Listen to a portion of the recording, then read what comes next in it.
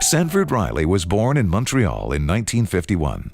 His father, originally from Winnipeg, moved there to attend McGill, where he met Sandy's mother. We lived in Montreal for the first 2 or 3 years of my life and then came back to Winnipeg when he went into business with his brother. Unfortunately, he died of cancer at the age of 29. My mother remarried shortly after that, had 3 small children, remarried, and we moved to Ottawa with my stepfather, who really was my father in a sense. He was the person who really raised us. My father was the governor of the Bank of Canada, but he was a Winnipegger.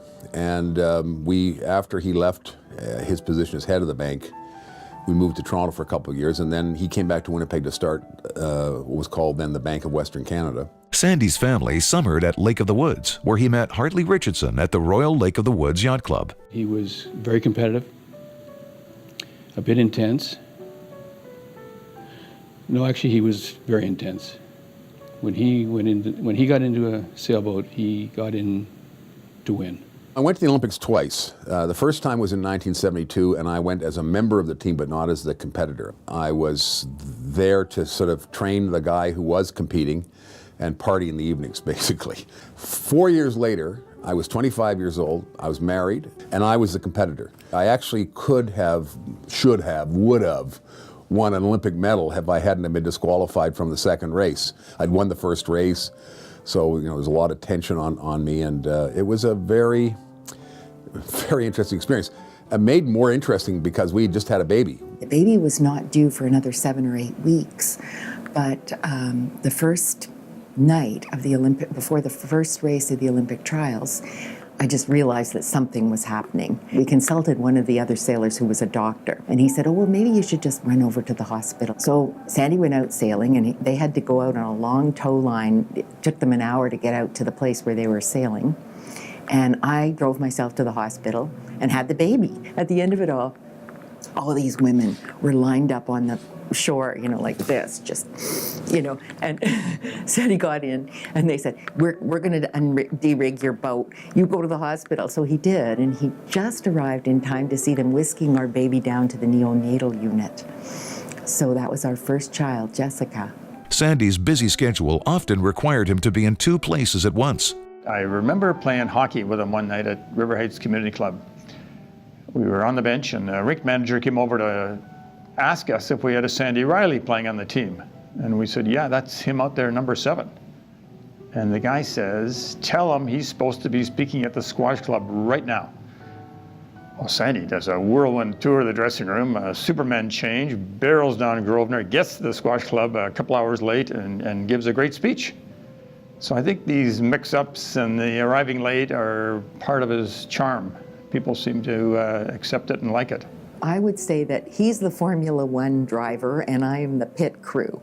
He comes screeching into a halt and I change the tires and I, give him some water and, and then he goes racing off again. When I was younger, I used to think, well, when he gets older, we'll sit quietly in our rocking chairs and we'll read each other the interesting things in the paper, and that's never going to happen. She has been a huge supporter. She's put up with an awful lot. She's moved back and forth between Winnipeg and Toronto and carried the brunt with the kids, but really has been my conscience through all these years, making sure that I was doing the right thing. If she ever thought I wasn't doing the right thing, she would let me know in a moment. Sandy Riley went to the prestigious law school, Osgoode Hall, and his brief career as a lawyer taught him one thing. He wanted to go into business. The next few years were a whirlwind for Sandy. While practicing as a lawyer, he started a credit union, an investment securities company. And then following that, he worked for the Bronfman family at Trilon Financial, where he eventually became CEO. Then I got a call one day from a headhunter early in the year of 91 saying, do you know anybody who might be interested in looking at the job of being Chief Executive Officer of Investors Group? Now, that is really code for the headhunter saying, are you interested? And I went home to my wife, and we had just finished constructing her dream house. Literally, we're just putting the finishing touches on, and I walked in and said, I've had this really interesting call about becoming the CEO of Investors Group back in Winnipeg, and my wife, you could just see her face drop. He'd only been in it for not even a year, I wouldn't think. So when we first heard about it, the kids were just desolate, you know, to leave their friends and leave their schools and everything else. But I knew it was a wonderful, wonderful opportunity for Sandy, and we had friends in Winnipeg. So I went to an interview, had the interview, and then didn't hear a word for 6 months. One day in early October, I was running in the ravine in Toronto, and I bumped into the headhunter who'd called me. And I said, well, I guess you filled that job. He says, oh, no, we haven't filled it. You're the primary candidate. I said, well, I haven't heard a word from anybody for 6 months. He said, well, that's how they work. It was a very challenging but very exciting 10-year period in my career. We tackled the big bugaboo, which was the argument was always made that Investors Group was a product-pushing organization focusing on selling the mutual funds of Investors Group, and we spent an awful lot of time broadening out the offering of Investors Group. The core of Investors Group has always been the quality advice its advisors provide and the financial planning ethic that the firm has built up over 80 years.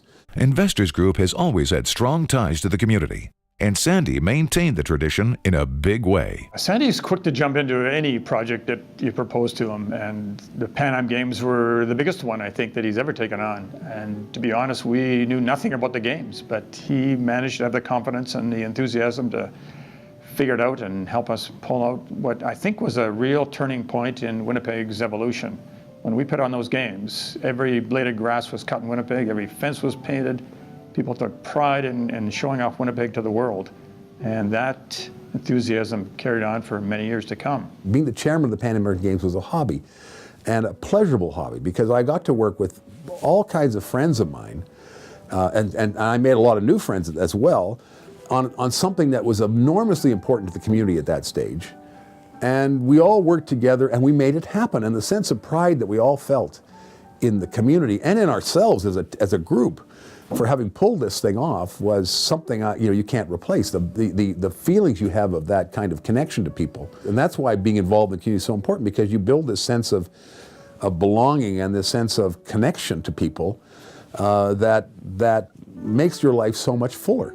And Sandy has described this, that a community is an act of will, and that all the wonderful things that we enjoy in Winnipeg only exist because people in the community decided that they would exist. Sandy and I spent a lot of time together when he became the first independent director on our family board.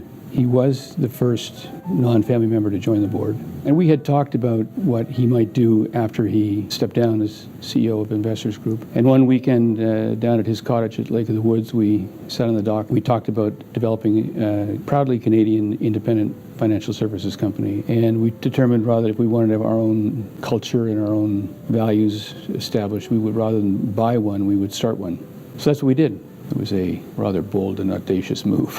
When we formed Richardson Financial Group, Sandy understandably had no interest in being an employee. He wanted to be a partner. Could very well have been a first in that context for our company. We built a company and an enterprise that we're both very proud of. I think over the years, I've got my greatest satisfaction in anything by getting together with other people of like minds and working on a common project and stretching all of your capabilities as a group. Celebrate their successes as well as yours, and recognize that to the extent you're successful is because others have really helped, and make sure they know that you understand that.